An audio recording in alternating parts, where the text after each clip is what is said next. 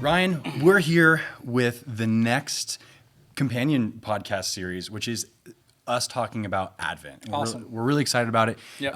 And today we're hopping into one of three. This topic is Sabbath. Next week, we'll deliver you one on this idea of surrendering. And then lastly, we're going to talk about simplicity. And so the goal of this podcast is to do a few things. It's to encourage the listener as we're in this Christmas season, but maybe also to challenge and to provide a different perspective on the Advent season that we find ourselves in. Mm-hmm.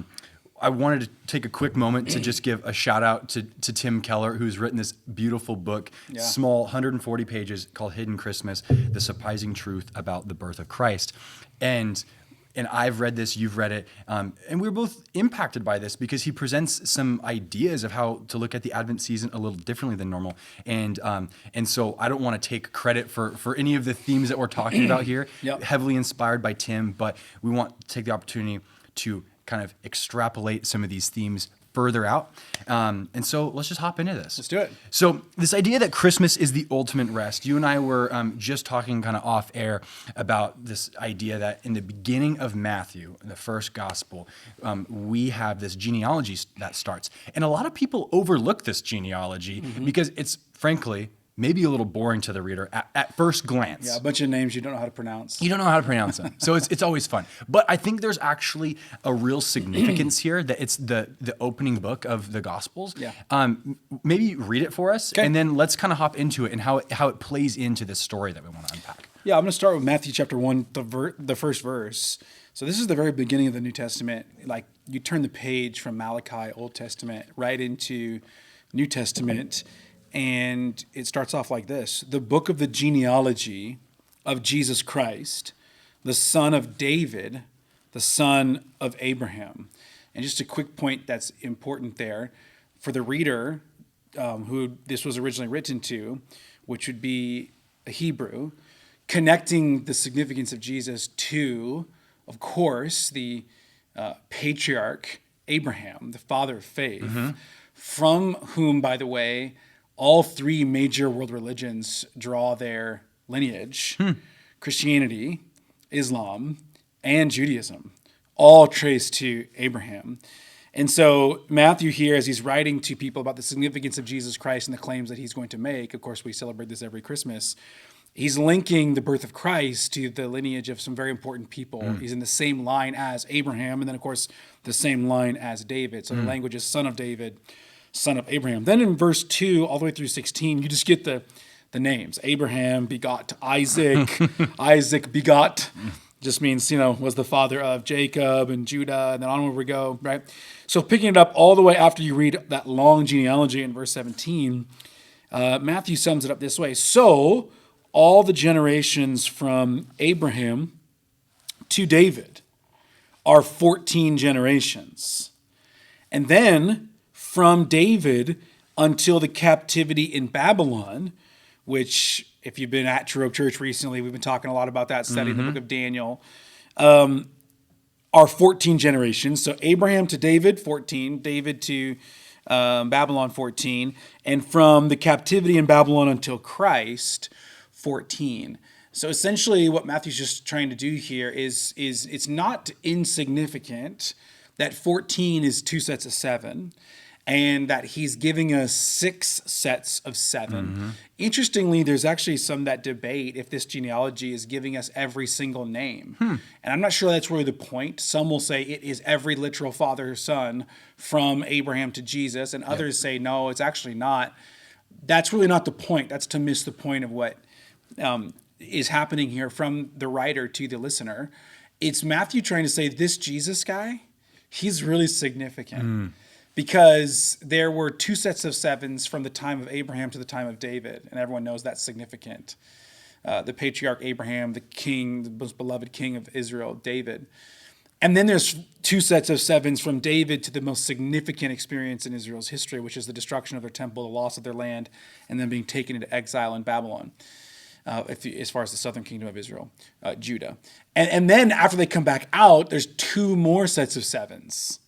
And that leads us to this occasion. And so what that does is mathematically that puts us in the place of the seventh seven. And biblically, that is rich imagery. The number 7 is not an accidental number. Genesis, the author of Genesis tells us that God created the heavens and the earth in 7 days, completing his work in 6 days. And then on the 7th day, he rested. And so 7 becomes a very significant number and theme of Sabbath and rest. And so we're then instructed to rest. You see that with Israel through the law. They would practice the Sabbath and would rest on the 7th day. So the cool part about this is Sabbath is baked into Christmas, and I think that is an element we sometimes forget. And amidst, right, like Christmas party after Christmas party after busy Ugly schedule, Christmas sweater. ugly Christmas sweater, after like bad cocoa and all the things that happen during this season, I think sometimes a lot of us end up. I have felt this way. I get through this season and I don't want to take a breather. Yeah. I'm like, oh, that was exhausting. Yep. And I think what we want to explore here is maybe a different perspective, which is not seeing Christmas as a fury that we have to get through and then we can rest, but instead seeing Christmas as center cut, an invitation to rest. You and I were at coffee yesterday, and we're talking about just where we're at in life, and we're talking about how our schedules have changed, and we have our normal rhythms, and so things just kind of seem up in the air, and I think we both just kind of felt a little bit of like we're a little tired, and Mostly me. Mostly you. It's okay. It's okay. I don't feel thrown under the bus. Okay. I was just trying to make you not feel alone. So anyway, so you're telling me like, hey, in the midst of this season that is supposed to be just rich with the holidays, like you're feeling the sense of like a little bit of a heavy heart, just like there's lots happening, and so that busyness can distract us from what's most important here. So like, take me through like where you're at right now. Like, what is it like to return to rest? I mean, I'm trying to do that. I think that's there's rhythms and habits and patterns built into our life to remind us of those things. So like, I think that principle, right, of like, we take a day each week to actually practice Sabbath and rest. There's a whole bunch of things that are really great with that. I think it all stems from a theological truth, though, that Jesus is our rest. The writer of Hebrews talks a lot about that, of what eternal rest really is in Hebrews chapter 4. When we enter into God's rest, we cease to strive, earn, prove, and perform our way to significance because we've received what we cannot earn or prove ourselves worthy of. And so it's really a gift to receive, which again is very Christmas themed. In my life right now, with 4 kids and teenager life emerging for a couple of them and the third one on the way, and a young 8-year-old who's just vivacious and full of all sorts of energy. Very spirited. And Annie, her schedule shifting around with work, and the church continuing to grow and have lots of things happening. For me, I think it's this reminder that like I have to, two things. I have to remind myself that what I really want in life, I already have because of Christ. And then I have to model and build my schedule and my actual habits and rhythms after that truth, so that I don't find myself running around to prove, to earn, to perform. And that's really hard to do when you feel like your life's busy, or you feel like caught up in this season, all the stuff, all the things. So anyway, I'm not sure I answered your question. I tried. No, I think that's great. I mean, you said it well. Like Christmas is an invitation to find rest because Jesus coming, he is the final rest. Yeah. And so I think right now that invitation's in front of us, and the invitation shouldn't make you feel full of guilt or shame that, hey, if your schedule's been maxed out, that you've been living incorrectly. You might be, but I think it's God inviting us to a better way. And we've heard from, numerous pastors, it feels like the topic of Sabbath is really hot right now. Like I feel like I've seen it around a lot. And so we don't want to breed a spirit of legalism here where it's like you got to take it off. But like practically, like what does it do for like the actual human soul? Like if you're encouraging someone from the church, like, hey, maybe you should consider taking a day where you unplug and just delight. Yeah, it's a practical practice with a theological significance, because when you unplug, let go, pull back, stop going, stop doing, stop working, stop insisting that your own function and performance is required for the world to keep spinning. Yeah. It dethrones and decenters yourself as God.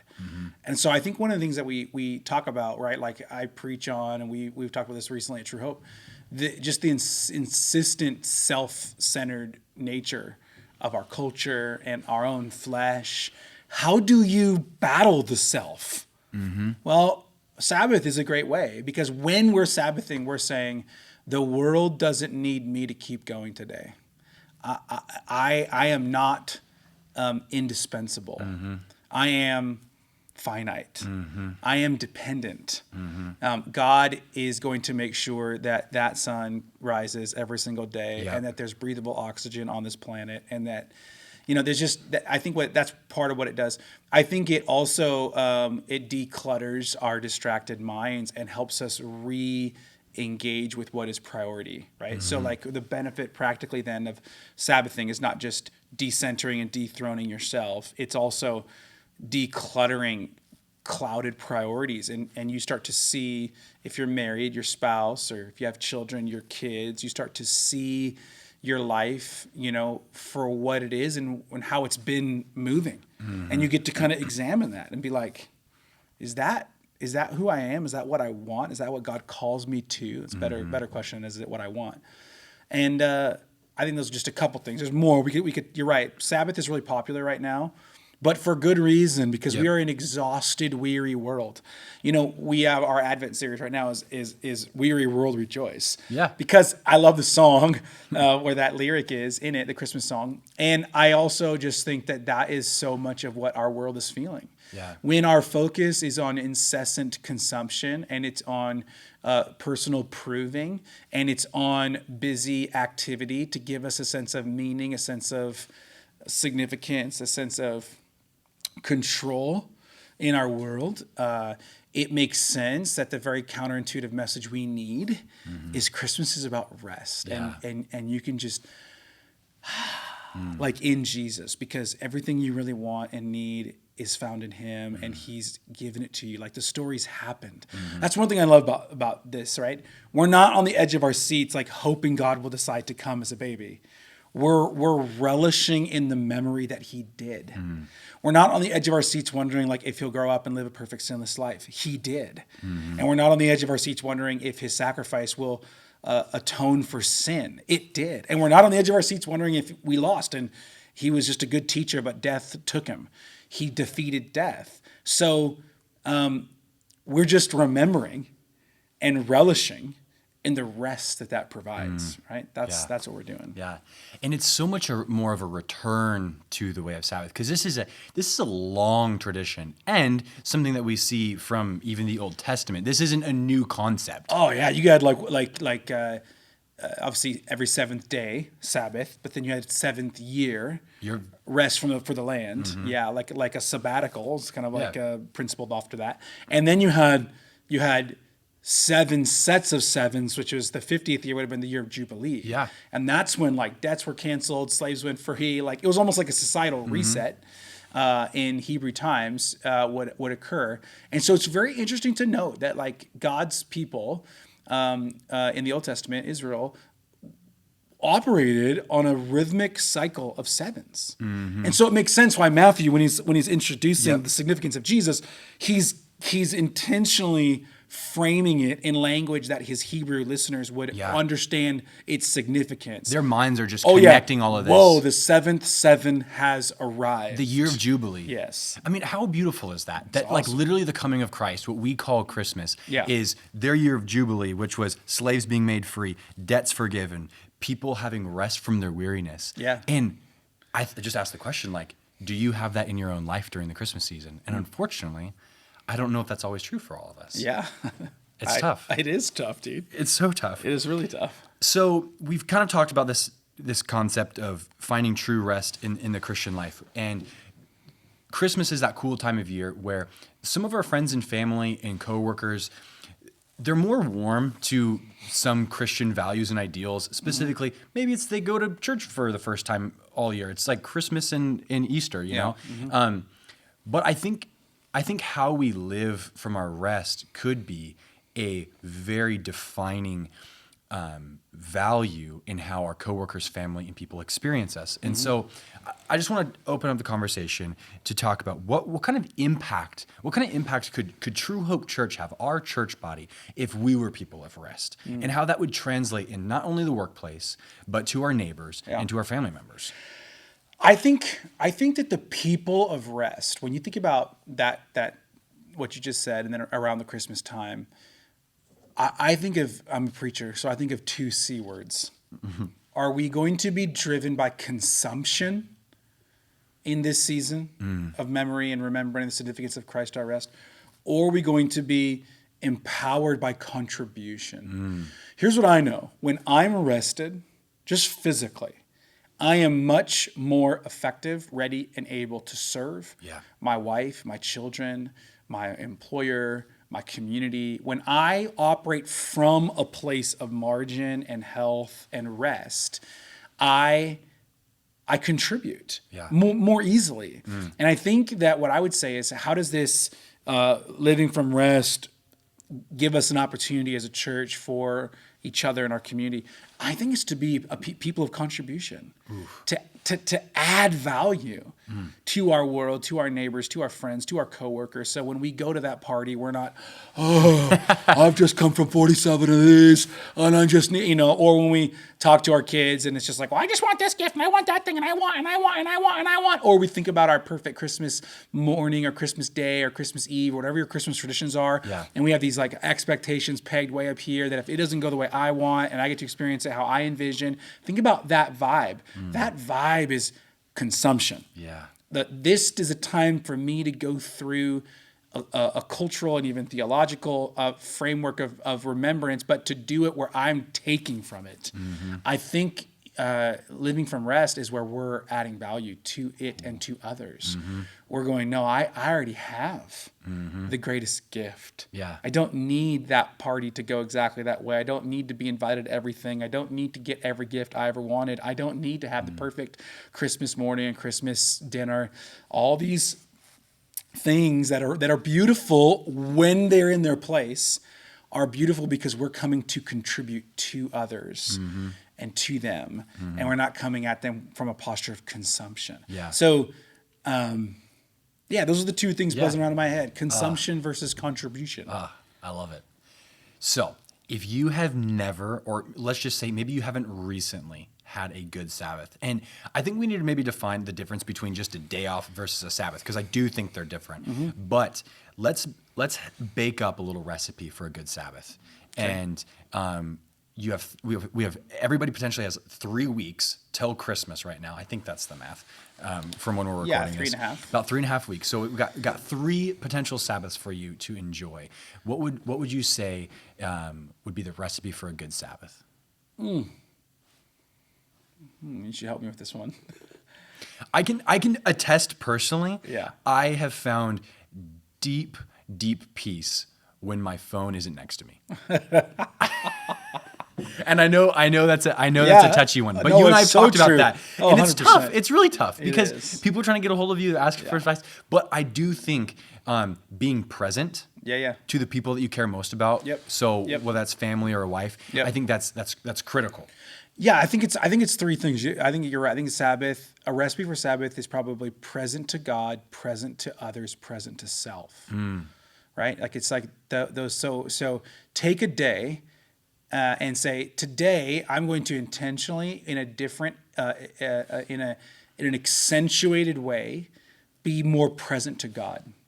Maybe that would look like whenever that would be in the next 3 weeks, taking a long 1-hour walk in the woods with God and just say, God, I'm present to you right now. And whatever you want to say to me, whatever you want to remind me of, however you want to reveal yourself to me, I'm open to that.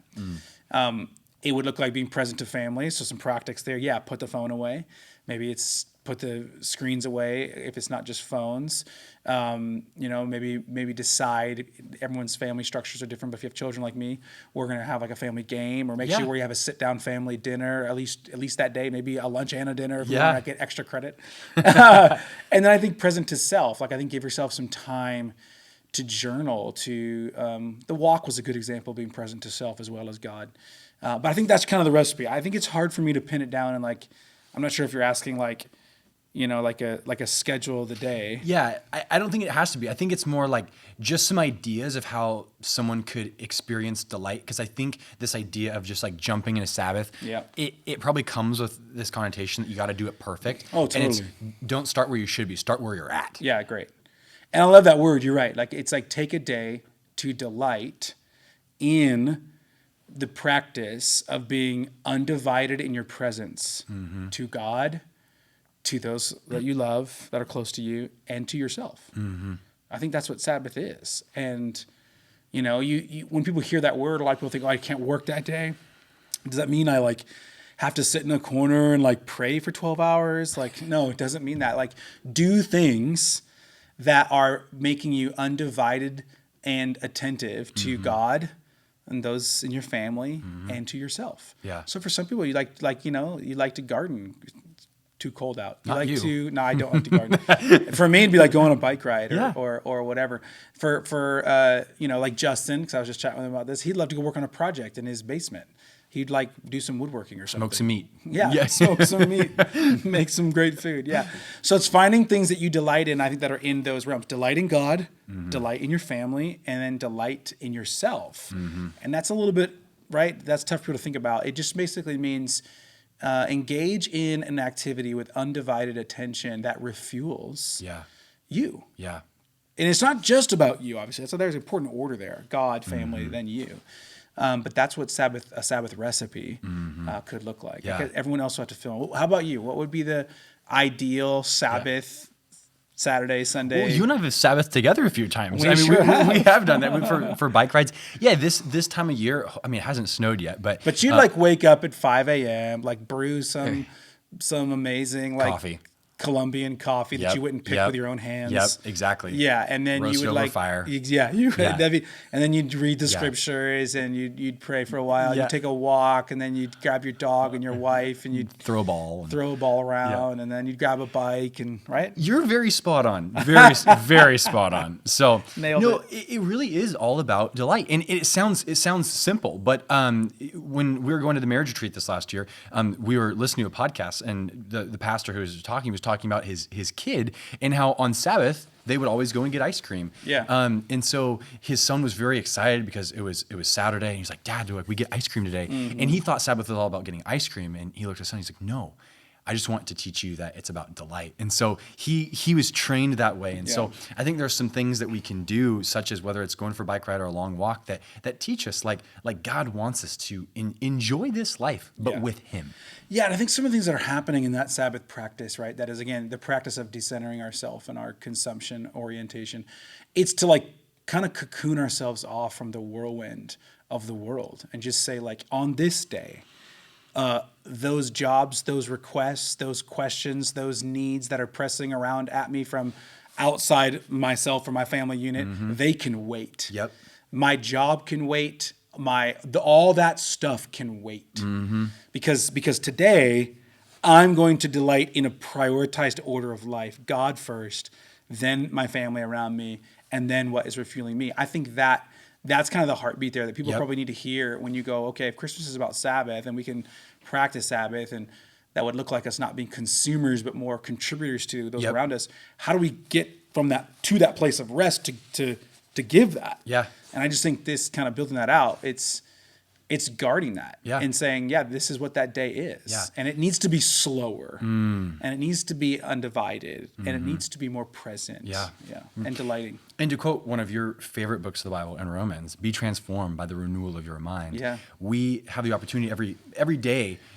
There's snippets in our day that we can be transformed, whether that's reading scripture or prayer, but one day to let the entire day That's good. renew your heart, soul, and mind. Yeah, it's great. So you can truly be present. So good. Oh man. Well, I think if we wrapped up here, and the one thing that you get from this podcast is that Christmas is an invitation to the ultimate rest. I think this year could be one of your best Christmases to date with you and your family. Yeah. So, any last thoughts on that? No, dude, so good. Beautiful. All right. Well, enjoy. We'll have another one for you on surrender this coming week. Go in peace.